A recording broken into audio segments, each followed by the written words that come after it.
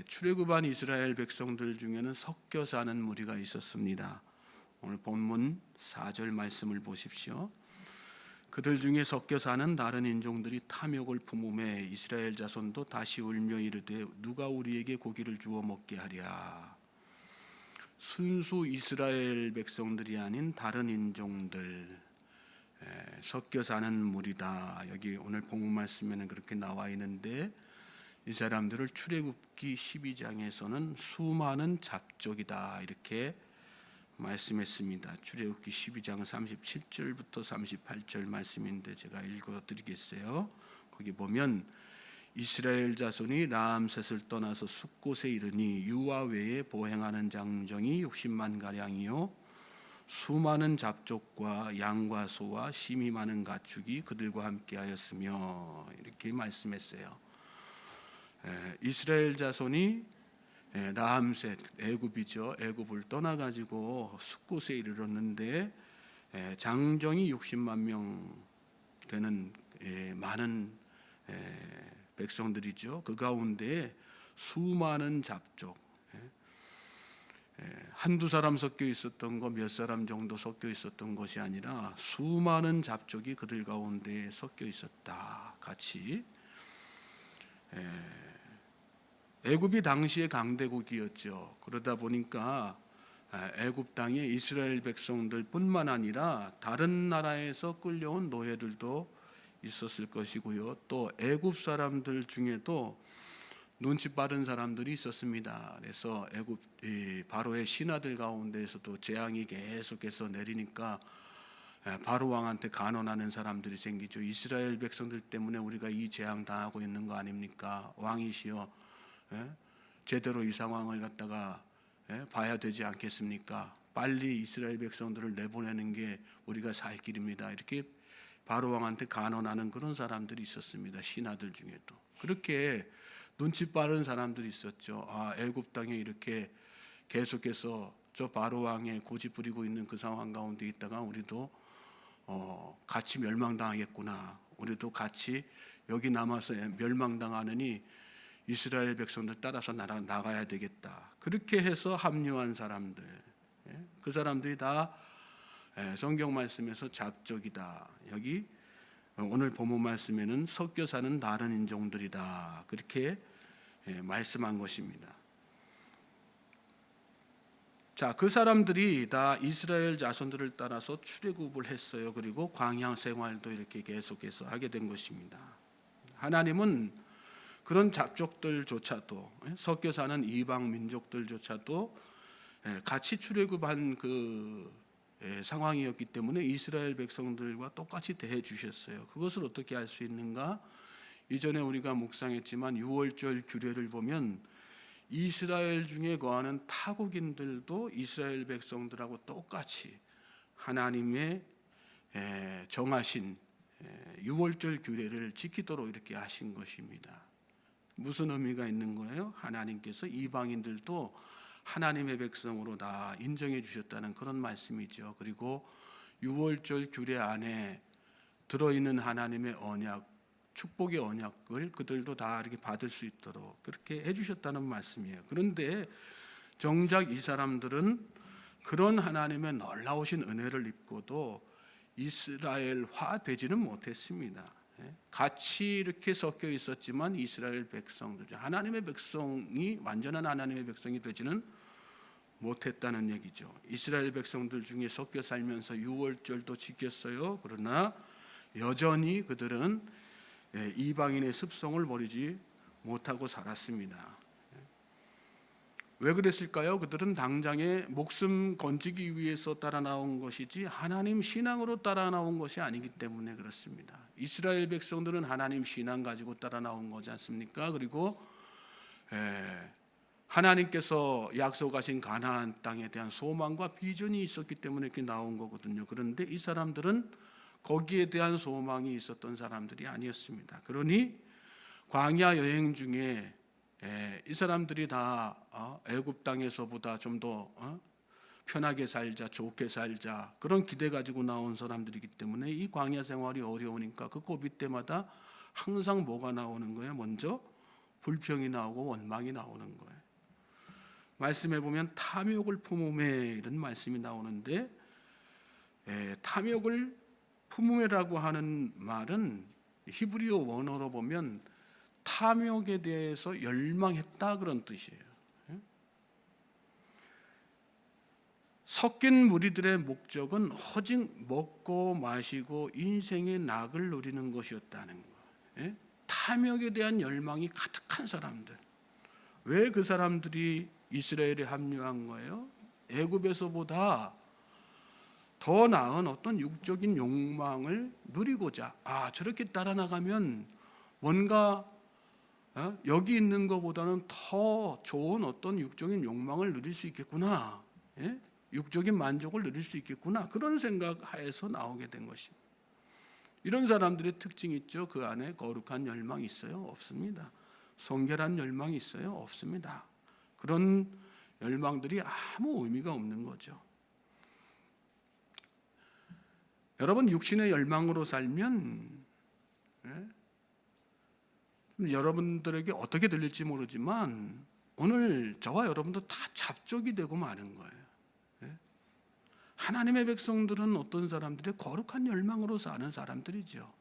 그런데 그 안에 거룩한 열망이 아니라 육적인 열망이 가득하다고 한다면 그가 하나님의 백성이 아니에요. 하나님의 백성은 그 안에 하나님께서 주신 비전, 가나안에 대한 소망이라고 하면 오늘 우리에게 어떤 소망이겠어요? 영적인 가나안, 천국에 대한 소망 아니겠어요?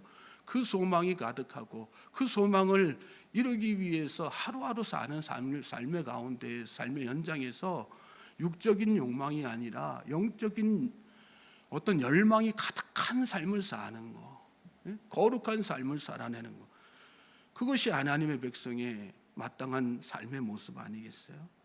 그렇지 않으면 여러분, 우리는 다 잡족이 되고 마는 것입니다. 이어지는 말씀 계속해서 보시면 이 말씀에 무슨 내용이 나옵니까? 다른 인종들이 탐욕을 품으며 이스라엘 자손도 다시 울며 이르되 누가 우리에게 고기를 주어 먹게 하랴. 이런 사람들이 위험한 것 중에 하나는요, 다른 사람들에게 이런 어떤 부정적인 영향력을 그대로 끼치다는 거예요. 이스라엘 자손도 다시 울며 이르되, 누구의 영향을 받아서? 다른 인종들이 육적인 열망, 욕망 가운데 사는 그런 모습을 보이니까 그거에 전염이 되어서 뭐하고 사는 거예요? 그 사람들도 다시 울며 이르되, 불평하고 원망했다는 얘기예요. 그러면서 뭐라고 이야기합니까? 누가 우리에게 고기를 주어 먹게 하랴. 누가 우리에게 고기를 주어 먹게. 고기가 상징하는 건 뭐예요? 육적인 욕망이죠. 다 세상에서의 욕망. 5절 말씀 보세요. 우리가 애굽에 있을 때는 값없이 생선과 오이와 참외와 부추와 파와 마늘들을 먹은 것이 생각나거늘 이제는 우리의 기력이 다하여 이 만나 외에는 보이는 것이 아무것도 없도다 하니 그랬어요. 이런 사람들의 특징이 뭐가 있어요? 하나님께서 주신 은혜에 대해서 가볍게 생각한다는 거죠. 우리가 애굽에 있을 때는 값없이 생선과 오이와 참외와 부추와 파와 마늘들을 먹은 것이 생각나거늘 이제는 우리의 기력이 다하여 이 만나 외에는 보이는 것이 아무것도 없도다. 만나 외에는, 만나가 얼마나 소중한 거예요. 만나는 광야 이스라엘 백성들 굶어 죽어가는 광야 이스라엘 백성들 살리시기 위해서 하나님께서 하늘에서 내려주신 생명의 양식 아닙니까? 그런데 이 육적인 욕망에 가득하다 보니까 하나님께서 내려주신 그 생명의 양식조차도 어떻게 해요? 가볍게 우습게 생각하는, 이 만나 외에는 보이는 것이 아무것도 없도다. 오늘 저와 여러분에게 보이는 것은 무엇입니까? 저는 저와 여러분이 살면서 영적인 안목을 열고 하나님께서 우리에게 베풀어 주시는 은혜를 항상 바라볼 수 있게 되기를 주님의 이름으로 소망합니다. 육적인 욕망에 사로잡혀 사는 사람들은 하나님의 은혜를 바라보지 못하게 돼 있어요. 늘 없는 것만 생각하죠. 부족한 것만 생각하죠. 안 해준 것만 생각하죠. 그런데 여러분, 우리가 하루하루 살 수 있다는 거, 여러분, 내가 오늘 하루 살아 숨 쉰다고 하는 것 자체가 하나님의 은혜가 아니면 있을 수 있는 일이겠어요? 그렇지 않습니다. 오늘이라고 하는 시간은요, 어제 죽어간 사람이 가장 그렇게도 살고자 했던 가장 간절한 소망의 날이 바로 오늘 아니겠습니까? 그런데 우리는 그 사소한 것에서조차도 하나님의 은혜를 깨닫지 못하고 살 때가 얼마나 많은지 모릅니다. 그러면서 다 주변에 없는 것만 생각하고 부족한 것만 생각하고, 그러다 보니 입을 열면 더 불평과 원망이 쏟아져 나오게 되는 거죠. 보이는 것이 아무것도 없도다가 아니에요. 보지 못하는 것이죠. 다 없어서 보이지 않는 것이 아니라 내가 영적인 눈을 바로 뜨지 못하니까 내 눈에 보이지 않는 거예요. 하나님께서 우리에게 베풀어 주신 은혜, 그 중에 하나라도 없으면요, 오늘 우리는 이 하루를 살아갈 수가 없는 존재라는 거 우리가 잘 깨달을 수 있게 되기를 주님의 이름으로 소원합니다. 만나는